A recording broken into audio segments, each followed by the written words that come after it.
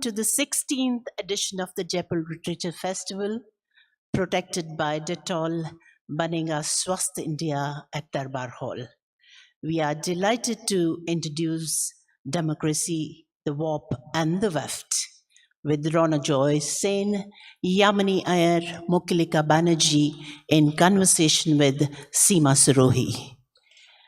As fault lines emerge within democracies across the world, an engaged panel examines the crisis at its roots through fundamentals of our democratic practices, stand for the challenge they bring forth. Together, they discuss the political and electoral process, the paradox of democracy and its triumphs and discontents. Please welcome on stage Rona Joy Sen. Rona Joy Sen is Senior Research Fellow at the Institute of South Asian Studies and South Asian Studies Program, National University of Singapore. His most recent book is House of the People, Parliament and the Making of Indian Democracy. Sen has worked for over a decade with leading Indian newspapers, most recently as an editor with the Times of India. Yamini Iyer is the President and Chief Executive of the Center for Policy Research. Her research interests span the fields of public finance, social policy, state capacity, governance, and the study of contemporary politics in India. Iyer has published widely in academic publications and the popular press and writes regularly on current affairs and policy matters in mainstream Indian newspapers. Mokilika Banerjee is a professor at LSE and was the inaugural director of the LSE South Asia Center from 2015 to 2020. She has published extensively on Indian democracy, and her latest book, Cultivating Democracy, Politics and Citizenship in Agrarian India, was published by Oxford University Press, New York in 2021. Seema Sirohi is a Washington, D.C.-based columnist for the Economic Times and an analyst for the Observer Research Foundation. She writes on foreign policy and has covered India-US relations for more than 3 decades.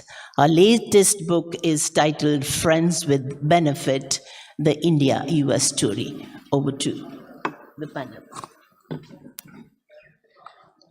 Hello, everyone. A very good morning and a big welcome to this discussion, which on a topic that we all are thinking about across the world. Different strains are coming into democratic polities, and that's what we're going to examine now. We have academic Mokilika Banerjee, who's written a book, Cultivating Democracy. So first, I would ask Mokilika to describe for us in short what the book is about, so we are all familiar with it. Thank you, Seema. And good morning to everyone. It's lovely to be at the first session straight after the inaugural at this incredible literature festival. I'm going to make 3 points about my book because this is a very, very short summary and we'll have time to come back and forth. We all are very familiar with each other's work, so hope we'll have a conversation that'll be interesting for you. The first thing I want to say about the book, Cultivating Democracy, is that I've studied Indian democracy for over 20 years from a village in West Bengal, in rural India. And the first thing to say is when we think about Indian democracy, we need to remember that India is a sovereign democratic republic. Now, we write about Indian democracy, talk about Indian democracy, we do much less thinking about India's republic. And my argument is that without the values of the republic, there is no democracy, right? So in India's case, the republic is not just a question of a lack of monarchy. Yes, it is rule of the people are sovereign. But the word republic, which Ambedkar was very keen on retaining and using to describe Indian democracy is absolutely key, and I think both in academic and popular literature, we need to think about it more. The second point is, why do we think about it? So what does the word republic do next to democracy? Democracy, in this case, in the way India is described, is really about political democracy. It is about how the relationship between the citizen and their representatives are defined. It's a vertical relationship. So there are elections, there's parliament, there is representation of different kinds. It is a politics of competition. But the word republic is about horizontal relations between citizens. It's what Ambedkar was so wedded to, that concept of fraternity, where you create solidarity, where you create bonds of attachment to people you're not related to or belong to in any other way. But the work of politics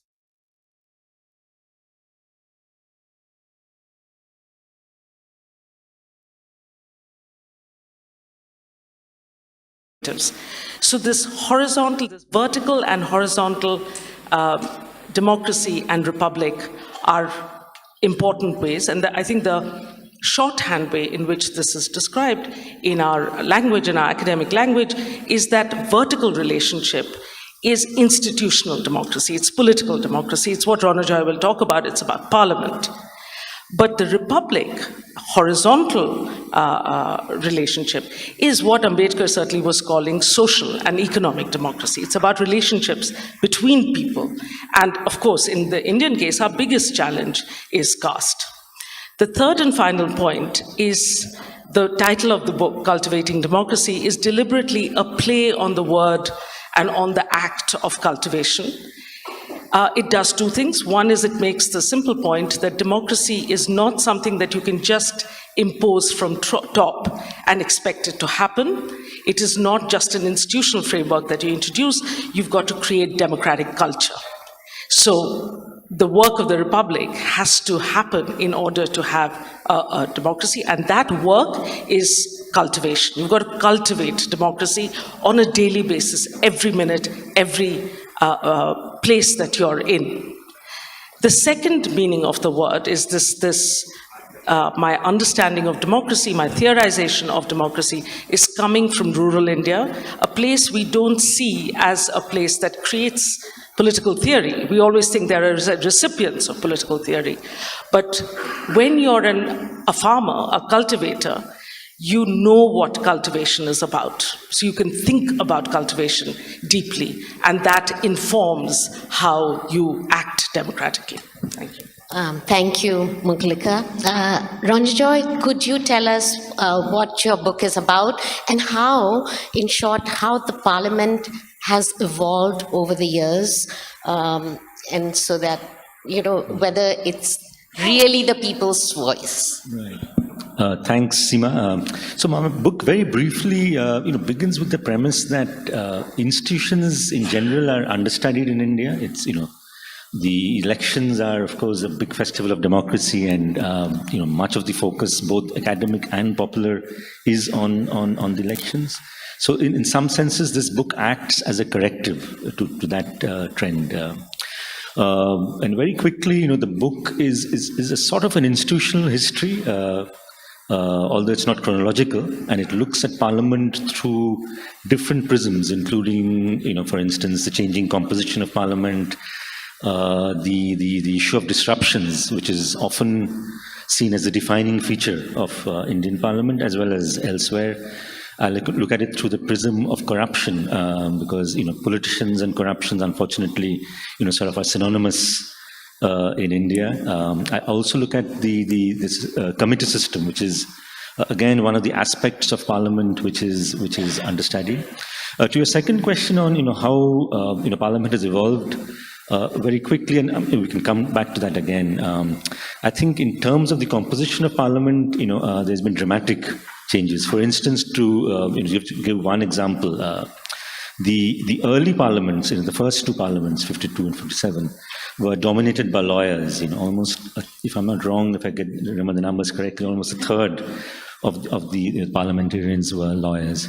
That has now changed dramatically. Lawyers are probably around 5% of the current house. You have more people, people from who term themselves agriculturalists, although that is a somewhat of a fuzzy term. We also have many more, people who classify themselves as business persons. So I think there's been a dramatic change in the composition of Parliament, and that also has, affected or impacted the way Parliament has functioned. And the change hopefully has made it like a better representatives, a better composition and a more equitable, would you say?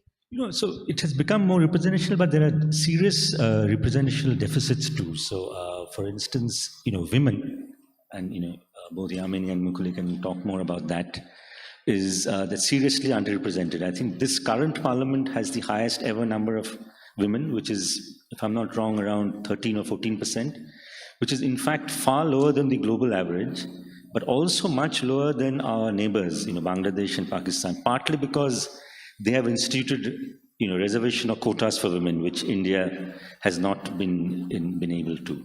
So there are these representational deficits. Again, if you look at minorities, the current parliament, the representation of Muslims is the lowest ever. So it's rarely ever sort of match the number of, say, Muslims in India.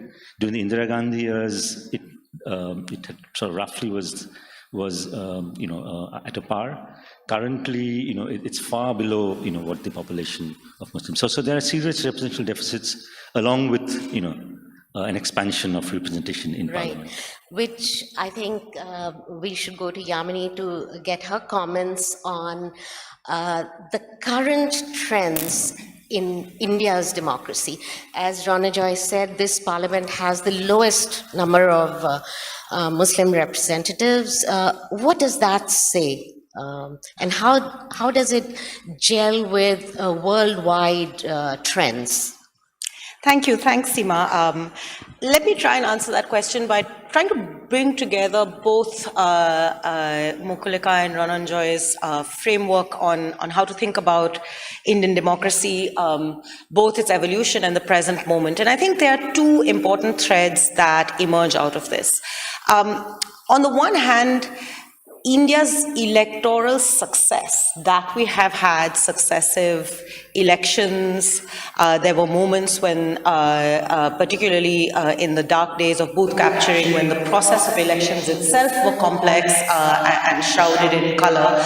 But despite all of that, with very few hard moments of disruption, we have had a remarkable success at ensuring that the fundamental core of what makes for a democracy, free elections and to a degree fair elections, have actually evolved and strengthened. If you look at voter participation, if you look at participation of women in the electoral process, and alongside with that, the presence of democratic institutions, they exist. With warts, as Rananjoy just described, but they do exist. And we take, as a society, deep pride in these institutions and deep pride in these processes. And that, to me, speaks to the larger question of democracy, because democracy is not just about the act of elections or the presence of these institutions. It is about how they embed a set of norms in society. And I think if you look back to the founding moment as India adopted the framework of liberal democracy in the constitution, there was a hope that the elite political process would in some ways lead the charge to deepening the roots of liberal democratic norms in Indian society. And I think what I learned from Mukulika's work is, in fact, and if you bridge that back with a lot of what Rananjoy has been talking about as well, the honest truth is that Indian political elites have done very little to save, to cultivate democracy, to borrow from Mukulika, to build that democratic culture. It is the masses, rather surprisingly for how political theorists used to think about democracy, and I think how even our founding fathers thought about democracy in our founding moment. It is the masses who have owned democracy and who have sought hard to find ways of cultivating that substantive democracy.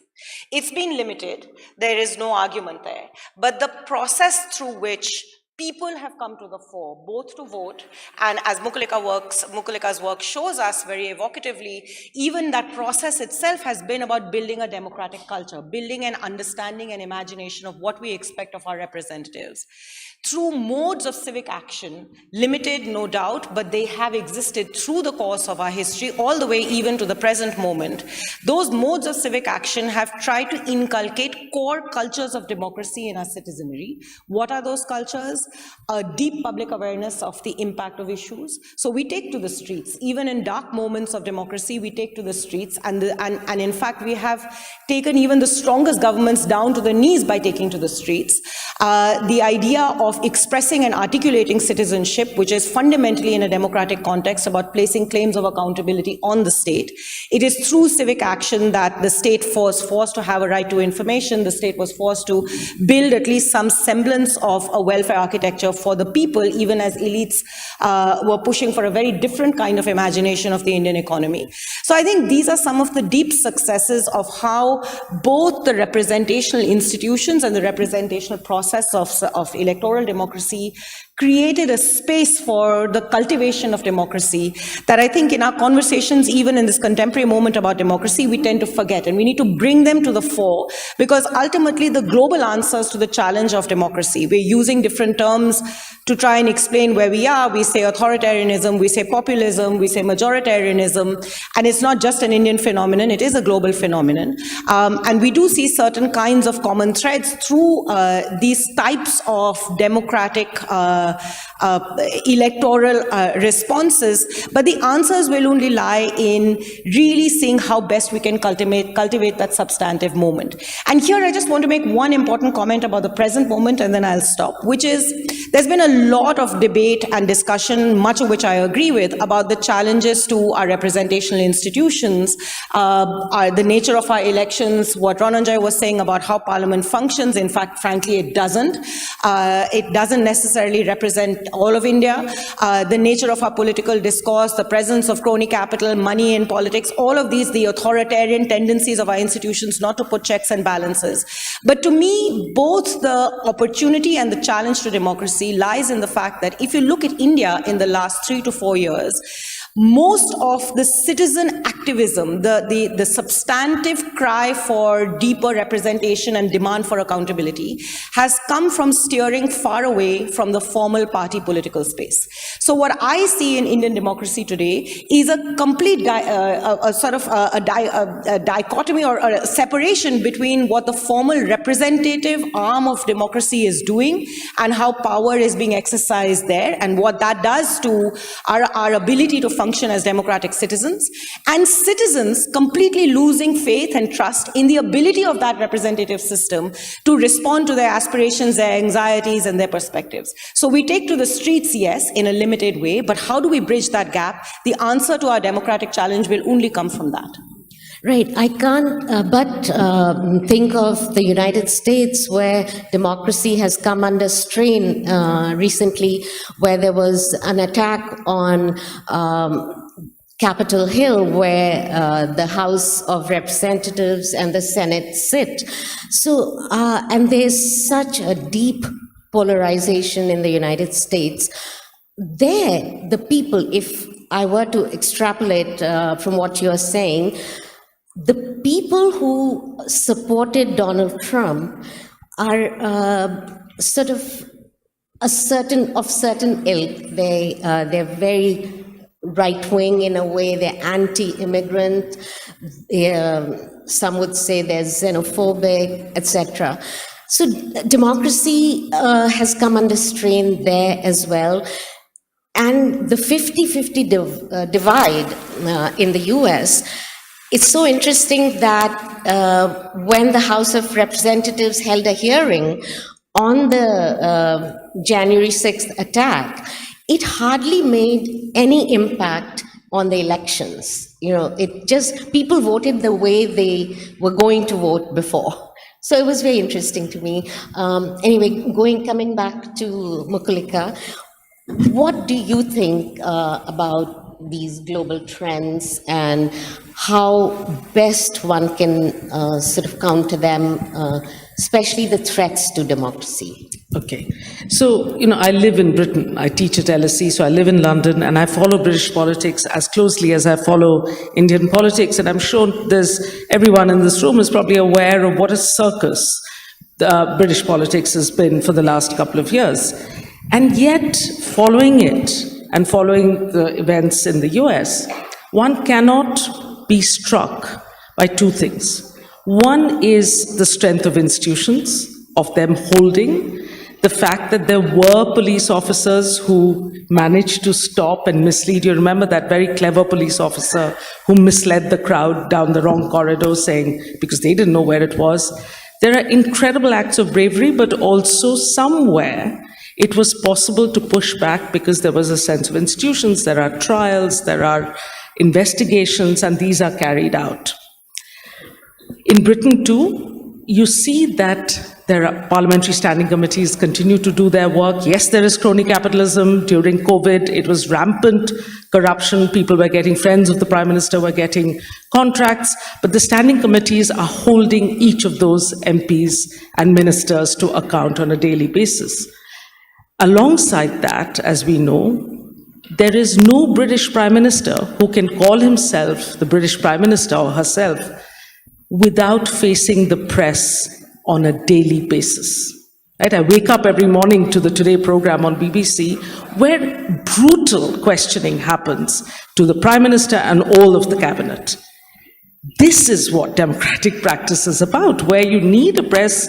As Yamini was saying, accountability is so important, and that's what the media is there for, to hold elected representatives accountable. The third thing is, just briefly on this democratic backsliding globally, for me, the US story really is about what happened between Capitol Hill and the midterm elections in November 21. The fact that there wasn't a red wave and the fact that Trump has lost huge amounts of credibility for not having created that red wave and a Republican win is precisely because of what I was talking about as Republican values, what is called active citizenship, the work that happens between elections. You're not just campaigning to win, you're working on the ground, making sure people have voter IDs, the fact that they know the issues, the fact that they're unafraid to come out and vote, all of that hard work. If you listen to Obama's speech when Biden won, he says precisely this. He quotes John Lewis, this civil rights activist who just died recently before that, saying the hard work of democracy really happens in between elections.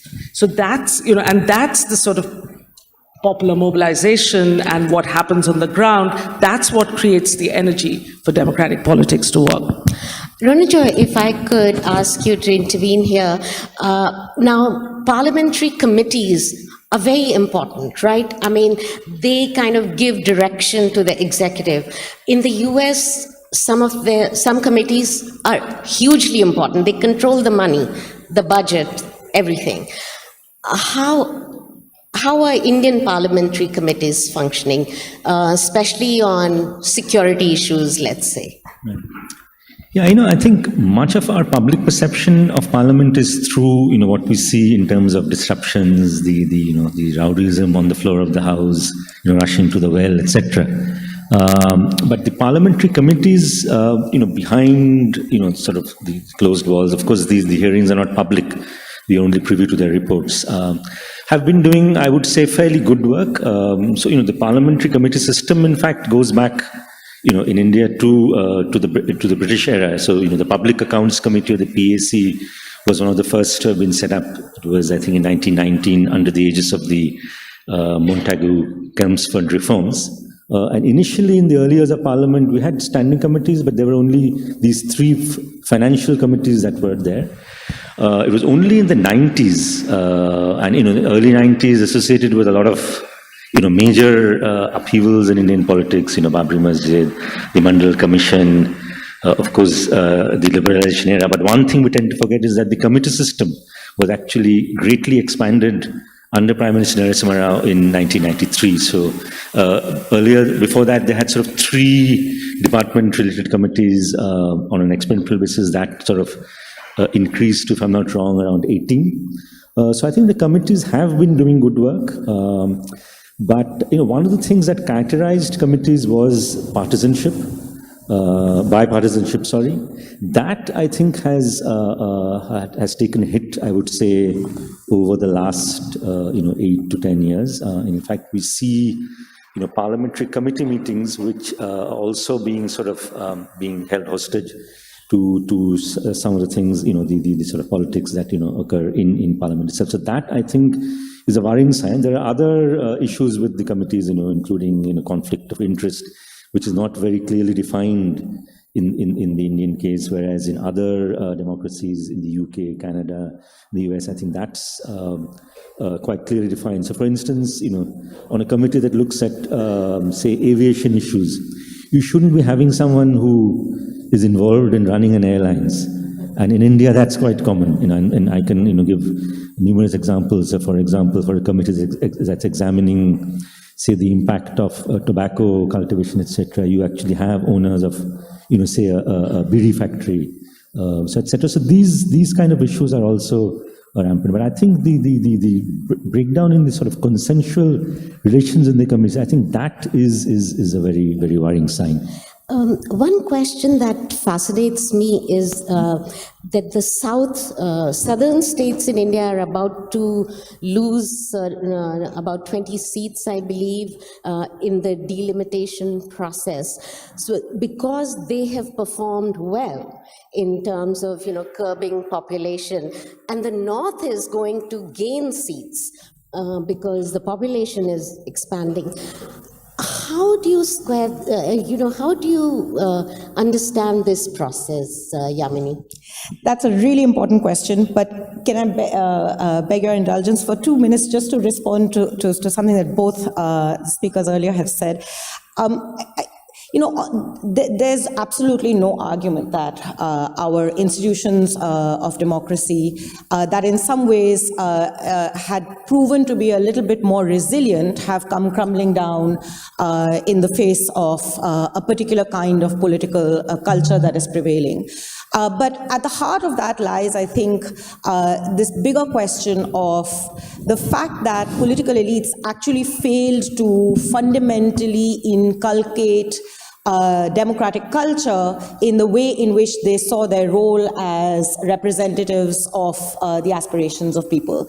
And in the absence of a democratic culture that recognizes the value of critique, the value of constructive argumentation, and the value of process, no kind of institution will be able to survive what is inevitably access to state power inevitably corrupts. The whole purpose of these institutions was checks and balances. And it is the failure of the Indian elite and their own value systems to actually build precisely those values into the everyday functioning of these institutions. And if you break it down, you'll see it's everything. It goes from how they are staffed, who they are staffed with, what are the processes of ensuring that you have a transparent, a genuinely transparent selection mechanism. All of these are elements that keep finding their way into the public discourse, but it's fundamentally about norms and values, which we fail to incorporate in these institutions.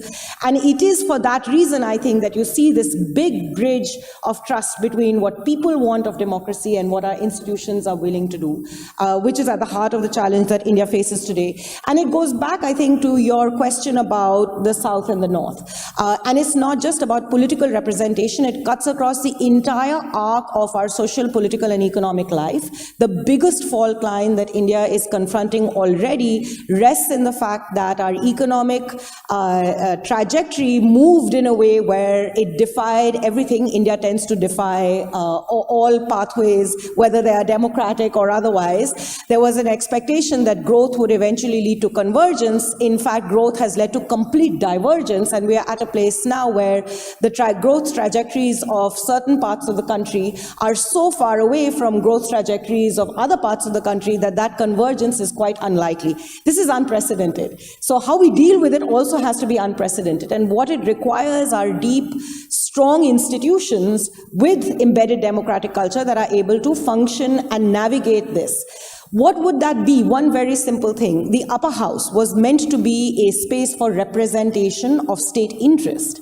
In fact, the upper house has become the space for placing individuals who are necessary perhaps to the technocratic art of policy making, but not necessarily sufficient for representing democratic needs of people. So we don't at this point in time have the institutions to mediate these fault lines. They are not just coming, they are upon us. And we have an interstate council that is constitutionally mandated, that rests moribund. And as a people, it is our responsibility now to really raise the alarm bells for the urgency of these institutions to function. But for all of this, we first need a census that will genuinely tell us what's happening in the country. So fixing our statistical system and doing the basic function of what institutions and democracy is supposed to do, which is things like the census, will take us a long way. So let's make those demands.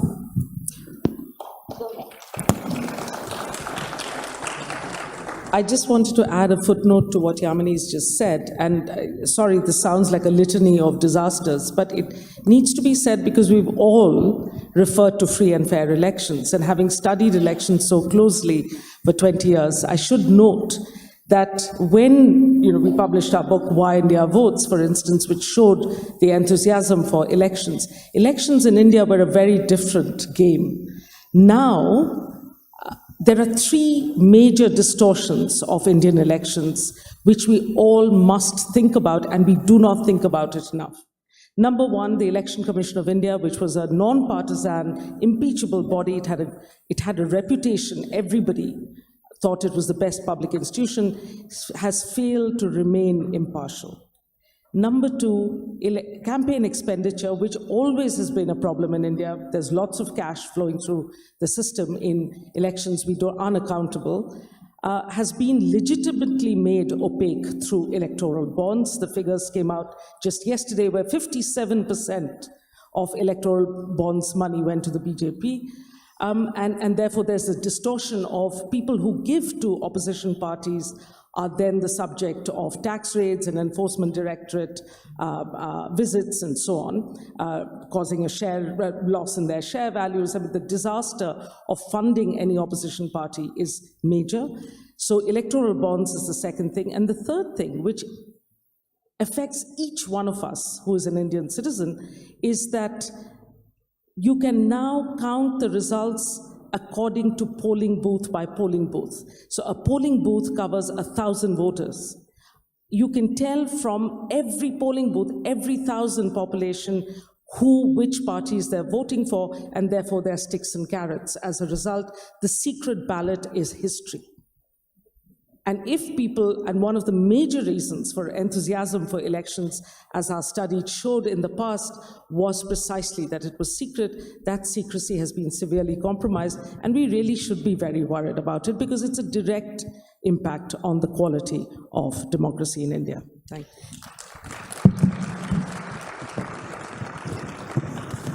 Thank you. But don't you think democracy as a system inevitably leads to all these problems, would lead to all these problems, right? Because political parties, in order to gain influence, will use money, power, whatever have you, at their disposal. We could say that the Congress party was in power for a long time, could have done better, could have strengthened institutions, or could have cleaned up the system, but didn't. Now BJP is in power. They are using, their power to, I don't know if I want to use undermine, but yeah, electoral bonds is a huge issue and is frightening. In the US, also the same thing is a problem. Money through the political system is enormous, and there's no regulation. Neither party, neither the Democrats nor the Republicans want to regulate that. Okay, we're getting a signal that we should open it up for questions. So please raise your hand. Okay, the lady in the front. Please wait for the microphone, I think. In the second row, please. It's been recorded, so. No, just please wait for the microphone. And keep your questions short, please, so that more people can have a chance.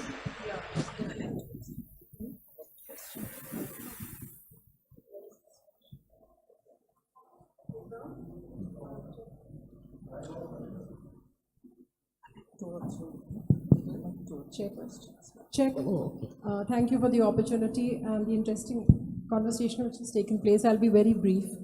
The first is democracy is now not how it looks or what the processes are, but how it feels. Now that's where I want to ask Mukulika ji, that she's not in India, she's seeing from abroad. But to a person who's been living here for so many years, the palpable vision of how it feels to be in democratic India is somehow missing, and nobody's touched on that. Or the element of fear. I'm an ex-bureaucrat, so I'm a little worried, but parliamentary committees, I've gone through enough of them. Nobody reads the reports eventually. What happens after the deliberations? So we need some more, heartfelt observations on what has actually transpired on the stage. Thank you. Okay, we'll take a couple of questions more, and then, the gentleman in the third row, please.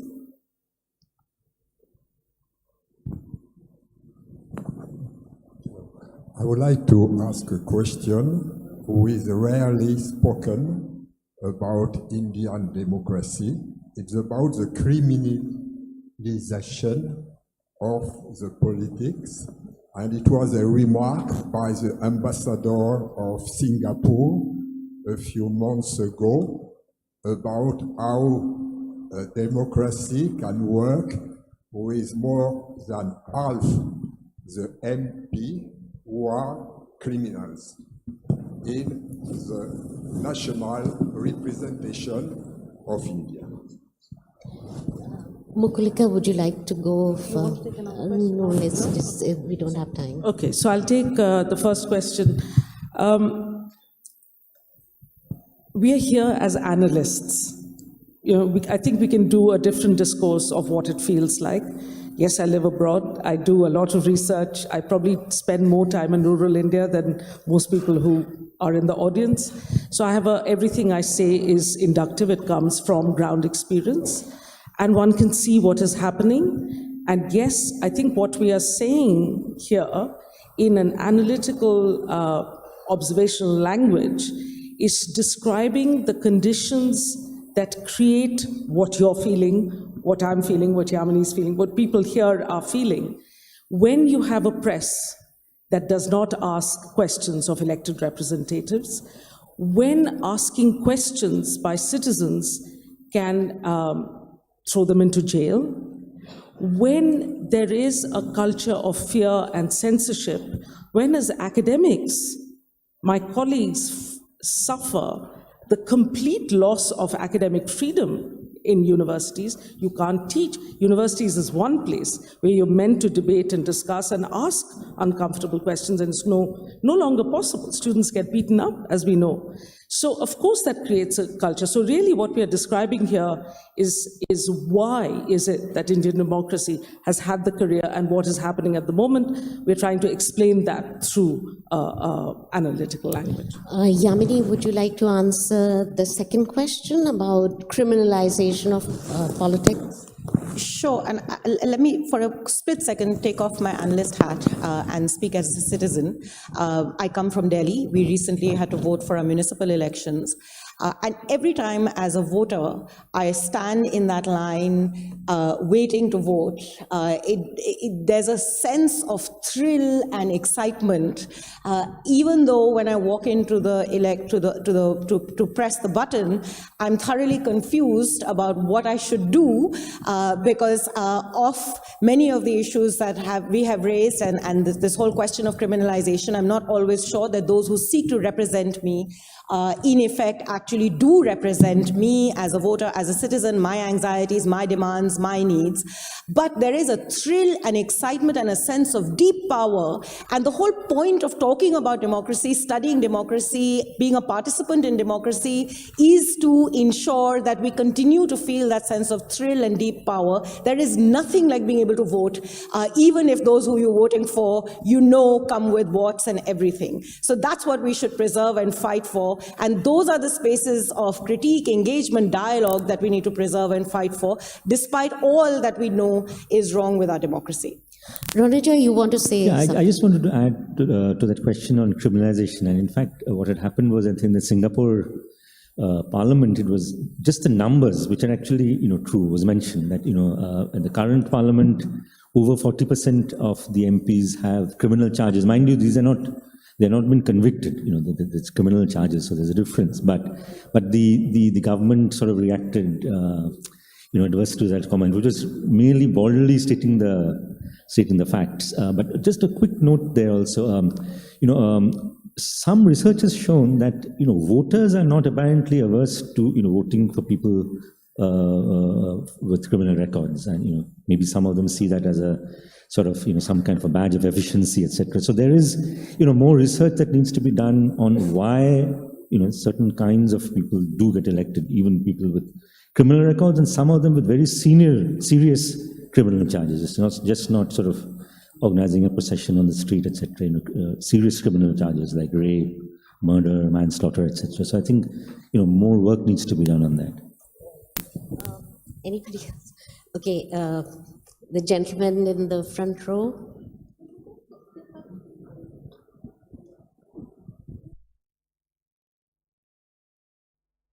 My question is to you, sir. You said that we don't have enough Muslim representatives in parliament.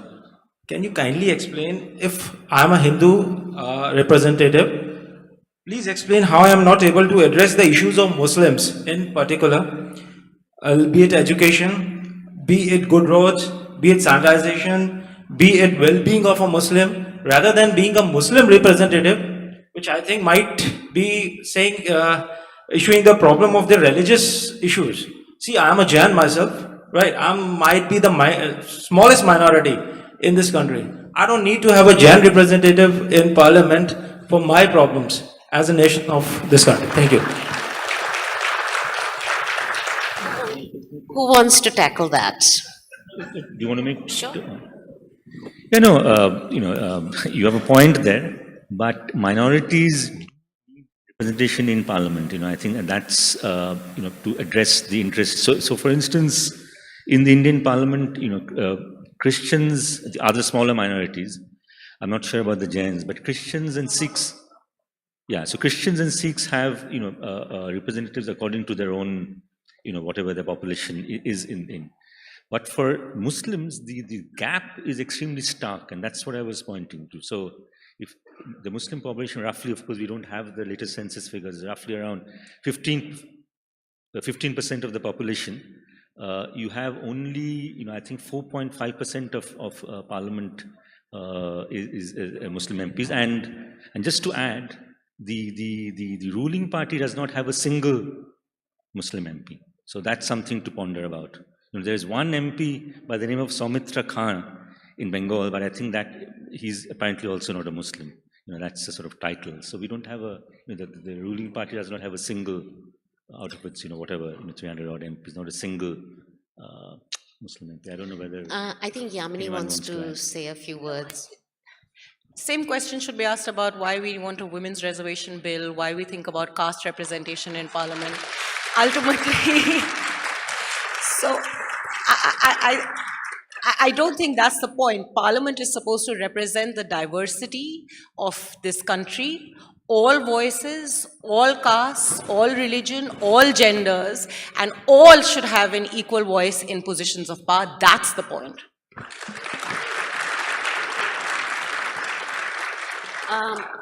We have time for maybe one question. The gentleman in the second row here.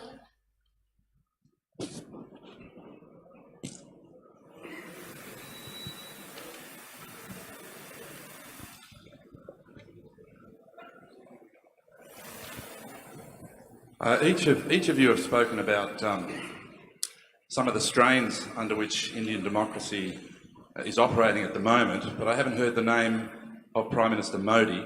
So I wonder if one of you could offer a reflection on the kinds of strains that some of his policies and practices are placing on Indian democracy, particularly his Hindu nationalist drive. And secondly, to connect that to India's image in the eyes of the world. I mean, I need hardly point out the way in which so many are holding up India as the democratic bulwark, the great counterweight to communist China, and yet many, because of Mr. Modi's policies, are having to shake the Indian hand, but sometimes look the other way because of the strains under which Indian democracy is operating. I'm happy to take that. Thank you for asking that question. It's entirely right. You're right that saying you're a democracy is not enough. You've got to be a democracy. And what I said about elections, for instance, has really happened under Prime Minister Modi's tenure. The secrecy of the ballot. We have a machine that can mix the ballots before we count them, so you can't break it down to 1,000 population. That has been stopped by the BJP, but also other political parties. But given they're in the majority in parliament, they could have introduced it. So there are institutional distortions that have come in the last 9 years, that, without doubt. But also at a broader level, you know, there's a self-avowed commitment to an ideology of Hindutva, which is not a secret. It's not being brought into the back door. This is the official ideology of the ruling party. It is the official ideology of the RSS. And that is precisely an idea of India, which is, according to the current Indian constitution, would be unconstitutional. A Hindu nation is not what is written in the Indian constitution. So if your imagination of India is one of Hindutva, then it is unconstitutional. And it is unconstitutional in a way that it is undemocratic, because it is not necessarily the will of the people, but one that you wield by power. The interesting space internationally is precisely, as you say, that the world needs a democratic ally. And therefore, it is easier to overlook these things as long as we are able to welcome everybody to the G20 and have posters. I was in Meghalaya last week and there were posters absolutely everywhere. So, you know, there's a messaging that goes out about India being a democracy and being the mother of all democracies and so on, which, as I think all of us who observe the way that Prime Minister Modi and his government run the country, messaging is key. Saying the right thing is very important. The reality may be very different from that message, but I think it suits a lot of the global powers, especially in Quad and others, to simply look the other way. And I don't expect Western critique of Indian democracy to rectify. I think that is the job of Indians themselves. I know we're almost out of time, so I'll just say one thing. I think this is where this electoral democracy versus substantive democracy becomes so key, because electoral democracy does, in India and across the globe, often throw up a non-representative, non-democratic form of government, and that's where substantive democracy comes in. Thank you. Thank you to all my panelists, and thank you to the audience for your wonderful questions. Thank you. We would like to thank again Rana John Sen, Yamini Iyer, Mukulika Banerjee, and Seema Suroi for this interesting conversation. Thank you so much.